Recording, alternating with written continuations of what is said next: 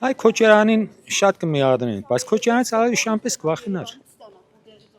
Հերնել ալերն է տղեն է, շամպես կվախենային։ Ես չեմ ընդունում հայ-ադրբեջանական ոչ մի հարաբերություն, ոչ մի ներկրում, դա միան մասնավոր մարդկանց համար է, իրանց գրպանի համար է, իրենք կարող են դրանից գոհ լինել, բայց ժողովուրդը դրանից չի շահի ու այնպես որ ինչպես ուզում են, այնպես էլ կներկայացնեն։ Այսօր այսպես կներկայացնեն, քննելը վաղը պետք է լինի ուրիշ կերպ կներկայացնեն։ Շատ ված, որ մենք գումարով հրանց լավ փող տանք, հենանքը մեզի զենգով խփեն։ Բենզինը կուկա, այստեղ բենզինը